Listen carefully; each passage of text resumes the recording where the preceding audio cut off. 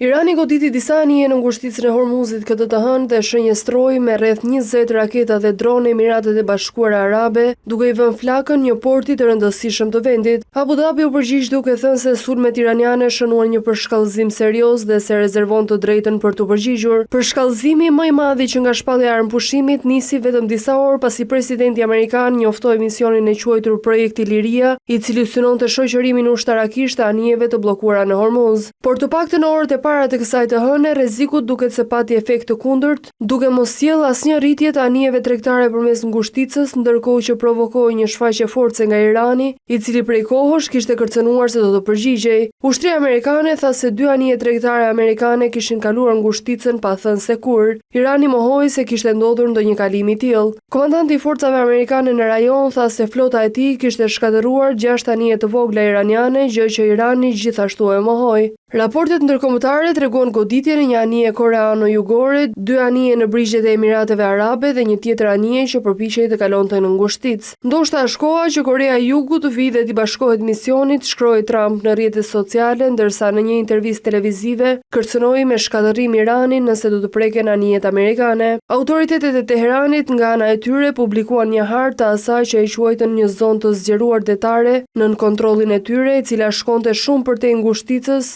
duke përfshirë pjesë të mëdha të ujrave ndërkombëtare dhe pjesë të gjata të vijës bregdetare të Emirateve të Bashkuara Arabe në të 2 anët e ngushticës.